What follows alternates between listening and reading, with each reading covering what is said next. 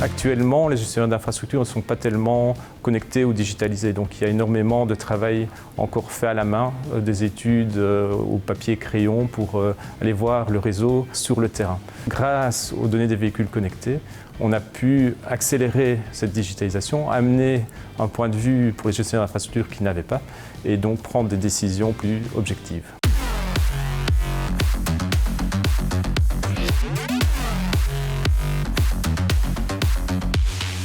Aisin est un équipementier automobile. C'est un groupe japonais qui appartient à la grande famille Toyota.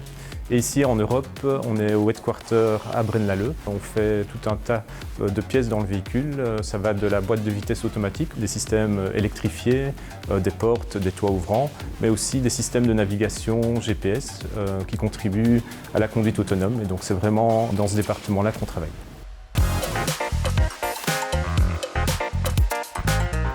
Dans les véhicules, il y a des tas de capteurs, notamment les vitesses des roues qui sont analysées.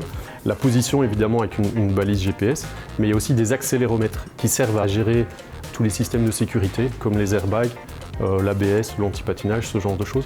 Et donc ces accéléromètres permettent de capter tous les mouvements verticaux, les accélérations et freinages du véhicule. On utilisait ces signaux déjà depuis longtemps pour les conducteurs, leur donner de l'information dans le véhicule.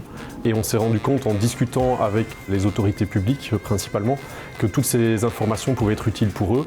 C'est comme ça qu'on a lancé le projet RoadSense avec des partenaires wallons, donc les sociétés Nonnet, Destiny, les centres de recherche routière et CETIC, pour commencer à analyser, à l'aide de technologies d'IA aussi, tous ces signaux qui remontent des véhicules connectés et pouvoir aider les gestionnaires de route à connaître l'état de leur réseau en temps réel et le monitorer au cours du temps pour pouvoir détecter à quels endroits ce réseau se détériore le plus vite et là où ils doivent concentrer leurs efforts.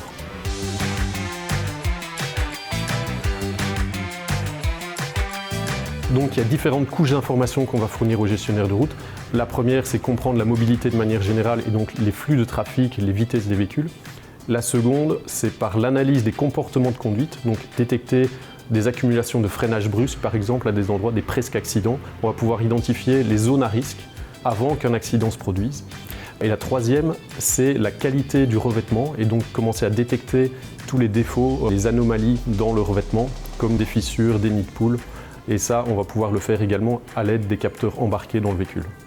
Tout est lié entre la mobilité, la vitesse des véhicules, l'état de l'infrastructure et la sécurité routière, évidemment. Donc l'objectif final, c'est d'améliorer la sécurité routière pour tous les types d'usagers et améliorer le confort dans nos déplacements de tous les jours.